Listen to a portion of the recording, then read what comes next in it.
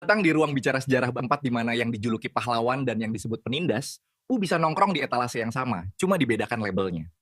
Iya, bahkan labelnya juga tergantung siapa yang nulis katalog. Kadang sejarah itu kayak toko antik yo, yang menentukan harga bukan barangnya, tapi siapa pemiliknya.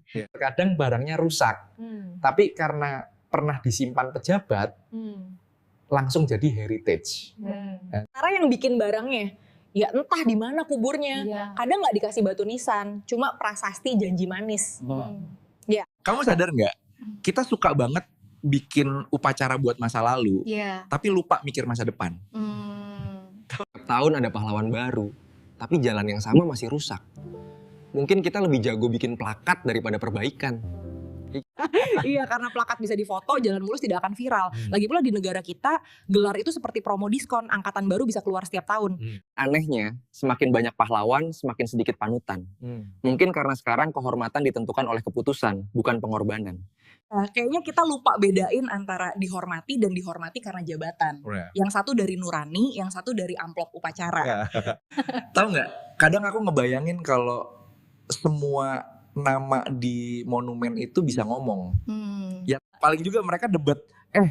Gue di sini karena idealisme, lo karena koneksi.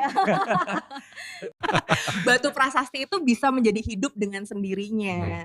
Tapi begitulah sejarah. Seringkali siapa yang benar, siapa yang sempat bikin peraturan. Dan yang lebih ironis lagi, mereka yang dulu disebut pengkhianat, 50 tahun kemudian dikenang. Ya, sejarah tuh bukan soal siapa benar, tapi siapa yang nulis berita acaranya. Mengapa saya percaya kehormatan sejati tidak diberikan melalui sertifikat, melainkan melalui waktu.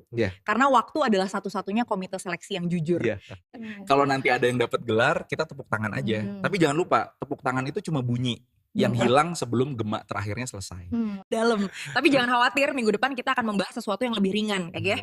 Kenapa korupsi selalu disebut penyalahgunaan, bukan perampokan berseragam. Itu sangat berbahaya, tapi menarik. Oke, teman-teman ingat, kekuasaan bisa menentukan gelar, tapi sejarah menentukan kehormatan.